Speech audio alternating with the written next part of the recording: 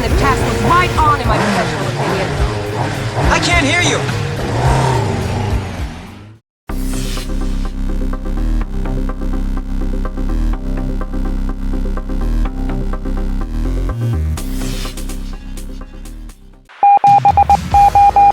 Welcome back to the Project Maverick series.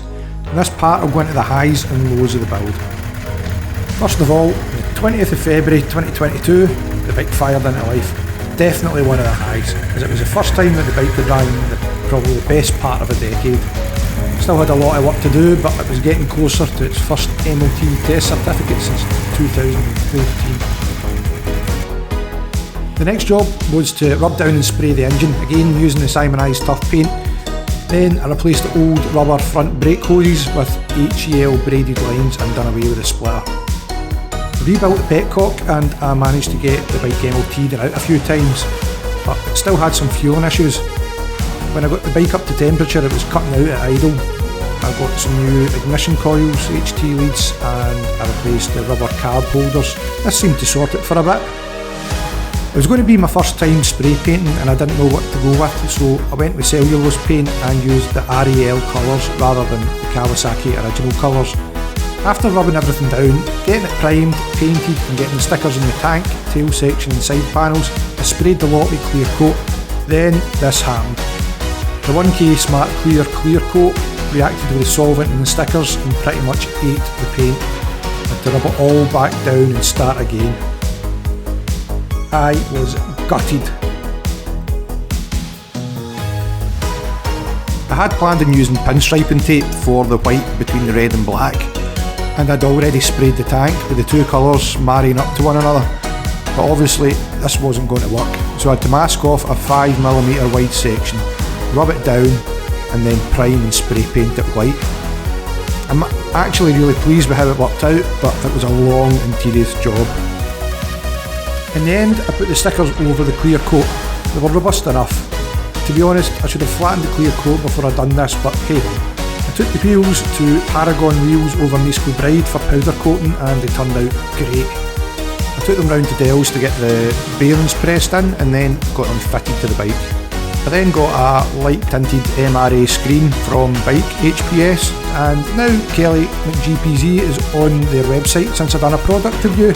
So if anyone from BikeHPS is watching this and want to offer me a cheeky wee discount for the next build, that would be smashing. By this time it was into October 2022, so there wasn't going to be many good riding days left. So after a couple of short runs, I washed the bike, treated it with ACF 50 and put it away for the winter. ACF 50 is great stuff. I've been using it on my bikes for years to prevent corrosion, so you'd think the GPZ would be well protected, yeah? Hold that thought. Fast forward to the new year. The end of January I replaced the 32-year-old shock absorber with a brand new YSS shock. Then at the start of March 2023 I got the bike out for its pre-MOT checks. Again, the fueling issues popped up and I couldn't think what it could have been. It turns out that the spark plug caps weren't sealed and water from its last wash had been sitting in the wells over winter and corroded the spark plugs. So I replaced them again and also changed the old coils with stick coils from a ZX6R 636, and what a difference. It was running great, even better than before. Now, as I said earlier, I wish I'd flattened the clear coat before putting the stickers on, as the orange peel was pretty noticeable. So I got to polishing it out, and if any of you follow my social media pages, you'll know that I've had a bit of a whoopsie down the tail section. But I got it resprayed, and other than a modified belly pan bracket, I've got the bike just the way I want it. I can't thank Del Diablo enough for everything he's done to make this happen and for encouraging me to do it. My next project has already started, and keeping with the 80s theme, I'm doing a 1997 Yamaha YZF 600R Thundercat. I know it's a 90s bike, but Thundercats was one of my favourite cartoons growing up in the 80s. With regards to the GPZ, it's not going to be a garage queen or a show bike. It's going to get used, just not in all weather.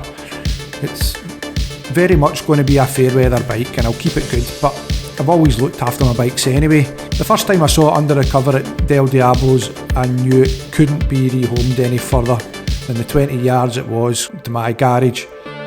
It was the perfect first project bike for me, as mechanically there wasn't really that much to do. I actually already had the Top Gun bike stickers.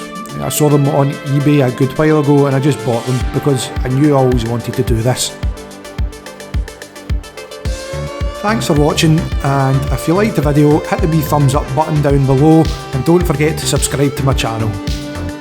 Feel free to leave any thoughts in the comment section below as well. There was a good few mishaps and redos along the way, but like I always said, it's not a balls up, it's an adventure.